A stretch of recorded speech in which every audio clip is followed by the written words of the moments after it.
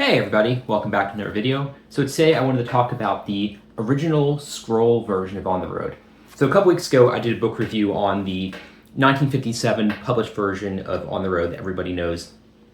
But this here is the 1951 draft that Jack Kerouac wrote. It's pretty much known as the first draft of On the Road.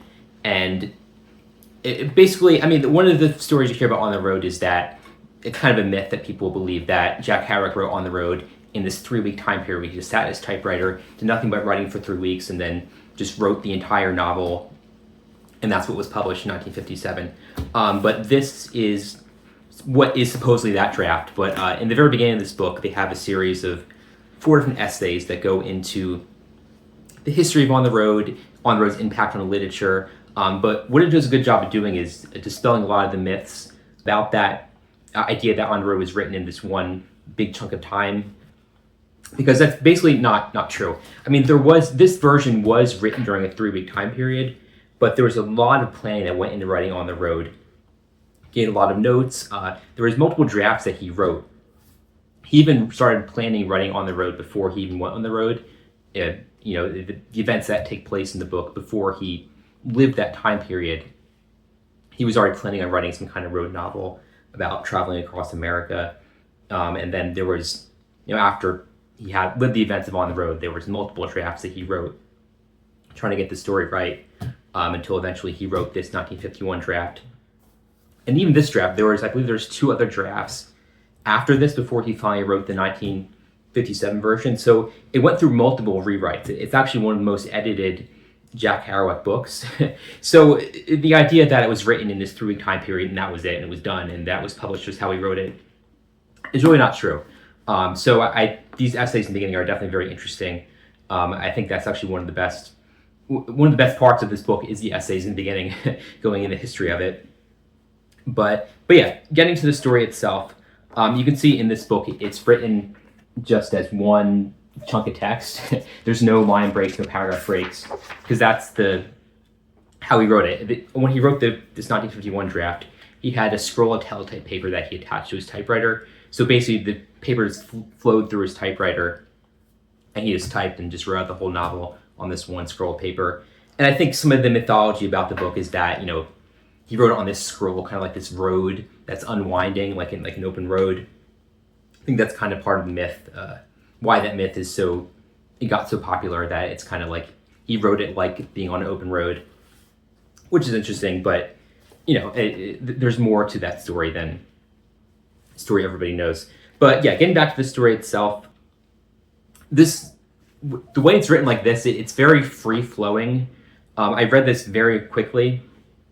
Just something about having just all these lines of text just makes your eyes just go through it really quick. And there's a lot less periods in this version. It's much more of his kind of stream of consciousness writing that he does.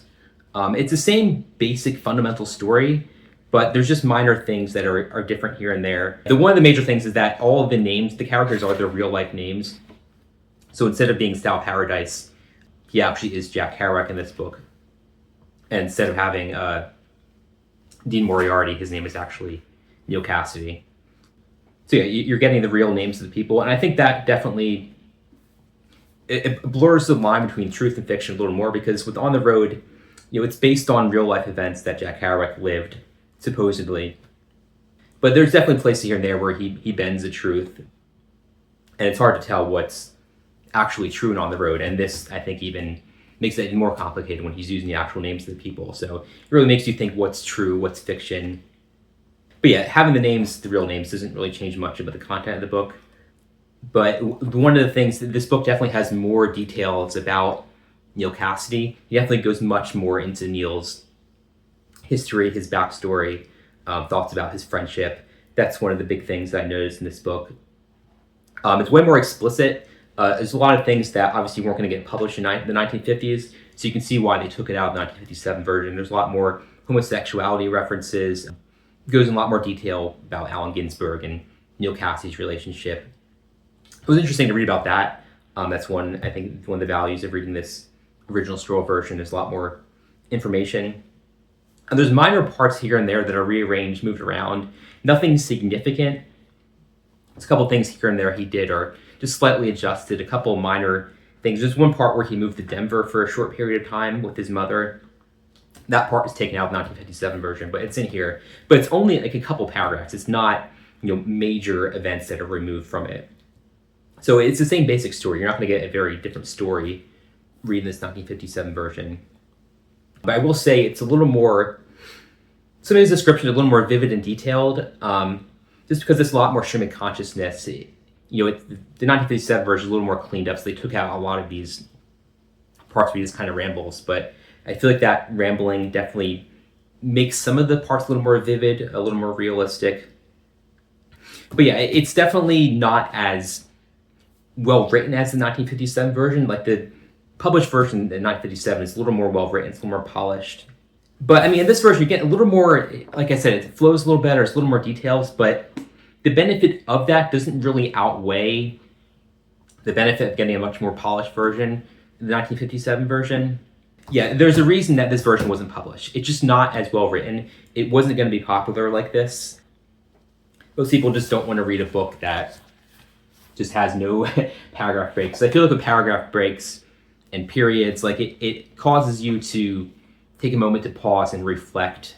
And you really don't get that. You read this so quick with no paragraph breaks, it just kind of comes at you like a freight train and doesn't really leave a lot of time for, reflecting as you read. I think that's kind of the point of it. The point of this is that it's, written like fast, like it's on the road. That's kind of the point of this version, why this is so popular. But yeah, if they published it like this in 1957, it wasn't going to succeed. It wasn't going to be popular like this. Yeah, I will say there's definitely, informational, historical value in this. If you're really interested in the history of On the Road, it's definitely worth reading this original version just to see how much it changed, just to understand that he edited this book. It wasn't, the version he wrote in 1951 wasn't the same version that was published in 1957. So just to dispel those myths, I think it's worth reading this. But just for your average reader who hasn't read On the Road before, I don't think you want to read this version. Just because the 1957 version, like there's, historical context to that. I mean, that book is what America read that just changed American counterculture, changed American culture. So if you're going to read On the Road, you might as well read the version that people remember, the version people know, the version that really impacted America. And this 1951 version didn't do that. It didn't impact America the way the 1957 published version did. But the difference is not substantial. It's the same basic story. When you think back on the book you read, reading this versus reading the 1957 version, I don't really, no major details come to mind of things that are different. It's the same story in my mind.